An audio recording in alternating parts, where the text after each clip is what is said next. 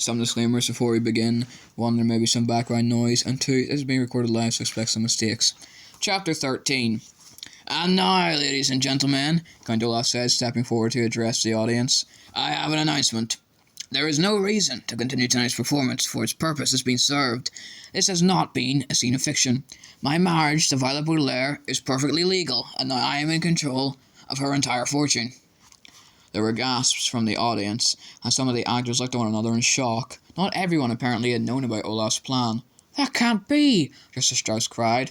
The marriage laws in this community are quite simple, Count Olaf said. The bride must say, I do, in the presence of a judge, like yourself, and sign an explanatory document. And all of you, here Count Olaf gestured out to the audience, are witnesses. But Violet is only a child, one of the actors said. She's not old enough to marry. She is if her legal guardian agrees, Count Olaf said, and in addition to being her husband, I am her legal guardian. But that piece of paper is not an official document, Justice Strauss said. That's just a stage prop. Count Olaf took the paper from Violet's hand and gave it to Justice Strauss. I think if you look at it closely, you'll see it is an official document from City Hall. Justice Strauss took the document in her hand and read it quickly. Then, closing her eyes, she sighed deeply and furrowed her brow, thinking hard. Klaus watched her and wondered if this were the expression Justice Strauss had on her face whenever she was serving on the High Court. You're right, she said finally to Count Olaf. This marriage, unfortunately, is completely legal. Violet said I do and signed her name here on this paper. Count Olaf, you are Violet's husband and therefore in complete control of her estate. That can't be, said a voice from the audience, and Klaus recognized it as the voice of Mr. Poe. He ran up the stairs to the stage and took the document from Justice Strauss. This is dreadful nonsense. I'm afraid this dreadful nonsense is the law, Justice Strauss said. Her eyes were filling up with tears. I can't believe how easily I was tricked, she said. I would never do anything to harm your children. Never. You were easily tricked, Count Olaf said, grinning, and the judge began to cry. It was child's play winning this fortune. Now, if all of you will excuse me, my bride and I need to go home for our wedding night. First let Sonny go, Klaus burst out. You promised to let her go. Where is Sonny? Mr. Poe asked. She's all tied up at the moment, Count Olaf said. If you will pardon a little joke. His eyes shone as he pressed buttons on the walkie-talkie and waited while the hook-handed man answered. Hello? Yes, of course it's me, you idiot. Everything has gone according to plan. Please remove Sonny from her cage and bring her directly to the theatre. Klaus and Sonny have some chores to do before they go to bed. Count Olaf gave Klaus a sharp look. Are you satisfied now? He asked. Yes, Klaus said quietly. He wasn't satisfied at all, of course, but at least his baby sister was no longer dangling from a tower. Don't think you're so safe, the bald man whispered to Klaus. Count Olaf will take care of you and your sisters later. He doesn't want to do it in front of all these people. He did not have to explain to Klaus what he meant by the phrase, take care of. Well, I'm not satisfied at all, Mr. Poe said. This is absolutely horrendous. This is completely monstrous. This is financially dreadful. I'm afraid, however, Count Olaf said, that it is legally binding. Tomorrow, Mr. Poe, I shall come down to the bank and withdraw the complete Baudelaire fortune. Mr. Poe opened his mouth as if to say something, but began to cough instead. For several seconds he coughed into a handkerchief while everyone waited for him to speak. I won't allow it, Mr. Poe finally gasped, wiping his mouth. I absolutely will not allow it. I'm afraid you have to, Count Olaf replied. I'm afraid Olaf is right, Justice Strauss said through her tears. This marriage is legally binding. Begging your pardon, Violet said suddenly, but I think you may be wrong. Everyone turned to look at the eldest Baudelaire orphan. What did you say, Countess? Olaf said. I'm not your Countess, Violet said testily, or as here means in an extremely annoyed tone. At least, I don't think I am. And why is that? Count Olaf said. I did not sign the document in my own hand, as the law states, Violet said. What do you mean? We all saw you. Count Olaf's eyebrow was beginning to rise in anger. I'm afraid your husband is right, dear, Justice Strauss said sadly. There's no use denying it. There are too many witnesses. Like most people, Violet said, I am right-handed, but I signed the document with my left hand. What? Count Olaf cried. He snatched the paper from Justice Strauss and looked down at it. His eyes were shining very bright. You are a liar, he hissed at Violet. No, she's not, Klaus said excitedly. I remember because I watched her left hand trembling as she signed her name. It is impossible to prove, Count Olaf said. If you like, Violet said, I shall be happy to sign my name again on a separate sheet of paper with my right hand and then with my left. Then we can see which signature the one on the document most resembles. A small detail like which hand you use to sign, Gandalf said, doesn't matter in the least. If you don't mind, sir, Mr. Poe said, I'd like Justice Strauss to make that decision. Everyone looked at Justice Strauss. He was wiping away the last of her tears. Let me see, she said quietly, and closed her eyes again. She sighed deeply, and the Baudelaire orphans and all who liked them held their breath as Justice Strauss furrowed her brow, thinking hard on the situation. Finally, she smiled. If Violet is indeed right-handed, she said carefully, and she signed the document with her left hand, then it follows that the signature does not fulfill the requirements of the nuptial laws. The law clearly states the document must be signed in the bride's own hand. Therefore, you can conclude that this marriage is invalid. Violet, you are not a countess, and Count Olaf, you are not in control of the Baudelaire fortune. Hooray! Cried a voice from the audience, and several people applauded. Unless you are a lawyer, it will probably strike you as odd that Count Olaf's plan was defeated by Violet signing with her left hand instead of her right. But the law is an odd thing. For instance, one country in Europe has a law that requires all its bakers to sell bread at the exact same price. A certain island has a law that forbids anyone from removing its fruit. And a town not too far from where you live has a law that bars me from coming within 5 miles of its borders. Had Violet signed the marriage contract with her right hand, the law would have made her a miserable contessa, but because she signed it with her left, she remained, to her relief, a miserable orphan. What was good news to Violet and her siblings, of course, was bad news to Count Olaf. Nevertheless, he gave everyone a grim smile. In that case, he said to Violet, pushing a button on the walkie-talkie, you will either marry me again, and correctly this time, or I will... Neepo! Sonny's unmistakable voice rang out over Count Olaf's as she tottered on stage toward her siblings. The other kind of man followed behind her, his walkie-talkie buzzing and crackling. Count Olaf was too late. Sonny, you're safe, Klaus cried, and embraced her. Violet rushed over, and the two older Baudelaires fussed over the youngest one.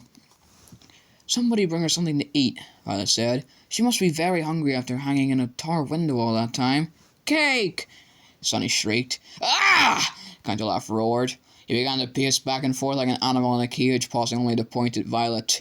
You may not be my wife, he said, but you are still my daughter, and do you honestly think, Mr. Poe said in an exasperated voice, that I will allow you to continue to care for these 3 children after the treachery I have seen here tonight? The orphans are mine, Count Olaf insisted, and with me they shall stay. There's nothing illegal about trying to marry someone. But there is something legal about dangling an infant out of a tower window, Justice Strauss said indignantly. You, Count Olaf, will go to jail, and the 3 children will live with me. Arrest him! A voice said from the audience, and other people took up the cry. Send him to jail! He's an evil man! And give us our money back, it was a lousy play! Mr. Poe took Count Olaf's arm, and after a brief eruption of coughs, announced in a harsh voice, I hereby arrest you in the name of the law. Oh, Justice Strauss, Violet said. Did you really mean what you said? Can we really live with you? Of course I mean it, Justice Strauss said. I am very fond of you children, and I feel responsible for your welfare. Can we use your library every day? Klaus asked. Can we work in the garden? Violet asked. Cake! Sonny shrieked again, and everyone laughed. At this point in the story, I feel obliged to interrupt and give you one last warning. As I said at the very beginning, the book you are holding in your hands does not have a happy ending. It may appear now that Count Olaf will go to jail and that the 3 Baudelaire youngsters will live happily ever after with Justice Strauss, but it is not so. If you like, you may shut this book this instant and not read the unhappy ending that is to follow. You may spend the rest of your life believing that the Baudelaires triumphed over Count Olaf and lived the rest of their lives in the house and library of Justice Strauss. But that is not how the story goes. For as everyone was laughing at Sonny's cry for cake, the important-looking man with all the warts on his face was sneaking towards the controls for the lighting of the theatre. Quick as a wink, the man flicked the main switch so that all the lights went off and everyone was standing in darkness. Instantly pandemonium ensued as everyone ran this way and that, shouting at one another. Actors tripped over members of the audience tripped over theatrical props. Mr. Poe grabbed his wife, thinking it was Count Olaf. Klaus grabbed Sonny and held her up as high as he could so she wouldn't get hurt, but Violet knew at once what had happened and made her way carefully where she remembered the lights had been. When the play was being performed, Violet had watched the light controls carefully, taking mental notes in case these devices came in handy for an invention. She was certain if she could find the switch she could turn it back on. Her arms stretched in front of her as if she were blind. Violet made her way across the stage, stepping carefully around the pieces of furniture and startled actors. In the darkness, Violet looked like a ghost, her white wedding gown moving slowly across the stage. Then, just as she had reached the switch, Violet felt a hand on her shoulder. A figure leaned in to whisper into her ear. "I'll get my hands on your fortune if it's the last thing I do," the voice hissed.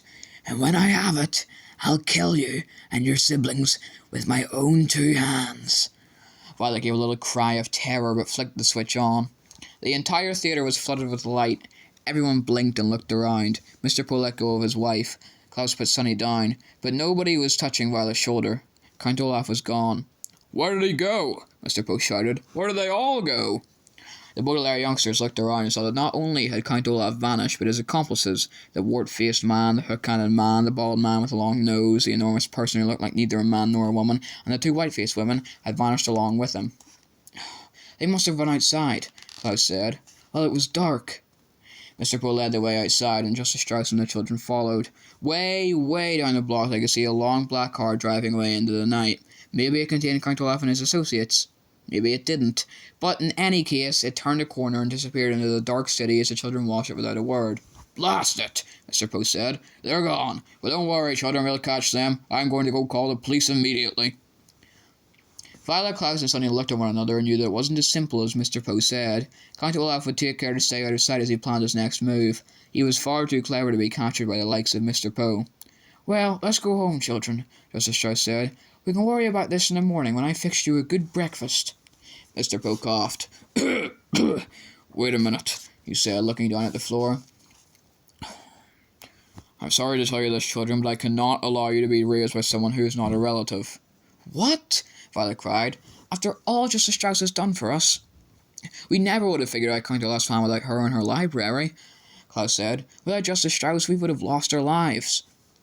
"That may be so," Mr. Poe said, "and I thank Justice Strauss for her generosity, but your parents' will is very specific. You must be adopted by a relative. Tonight you will stay with me in my home, and tomorrow I shall go to the bank and figure out what to do with you.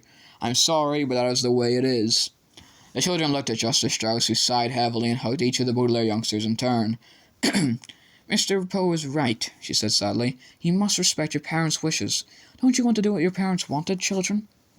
Violet, Klaus, and Sonny pictured their loving parents and wished more than ever that the fire had not occurred. Never had they felt so alone. They wanted very badly to live with this kind and generous woman, but they knew that it simply could not be done. "I guess you're right, Justice Strauss," Violet said finally. "We will miss you very much." "I will miss you too," she said, and her eyes filled with tears once more. And they each gave Justice Strauss one last embrace and followed Mr. and Mrs. Poe to their car. The Baudelaire orphans piled into the back seat and peered out the back window at Justice Strauss, who was crying and waving to them. Ahead of them were the darkened streets where Count Olaf had escaped to plan more treachery. Behind them was the kind judge who had taken such an interest in the 3 children. The Violet, Klaus, and Sonny had seen that Mr. Poe and the law had made the incorrect decision to take them away from the possibility of a happy life with Justice Strauss and toward an unknown fate with some unknown relative. They didn't understand it, but like so many unfortunate events in life, just because you don't understand it doesn't mean it isn't so. The Baudelaires bunched up together against the cold night air and kept waving out the back window. The car drove farther and farther away, until Justice Strauss was merely a speck in the darkness, and it seemed to the children that they were now moving in an aberrant, the word aberrant here means very, very wrong and causing much grief, direction.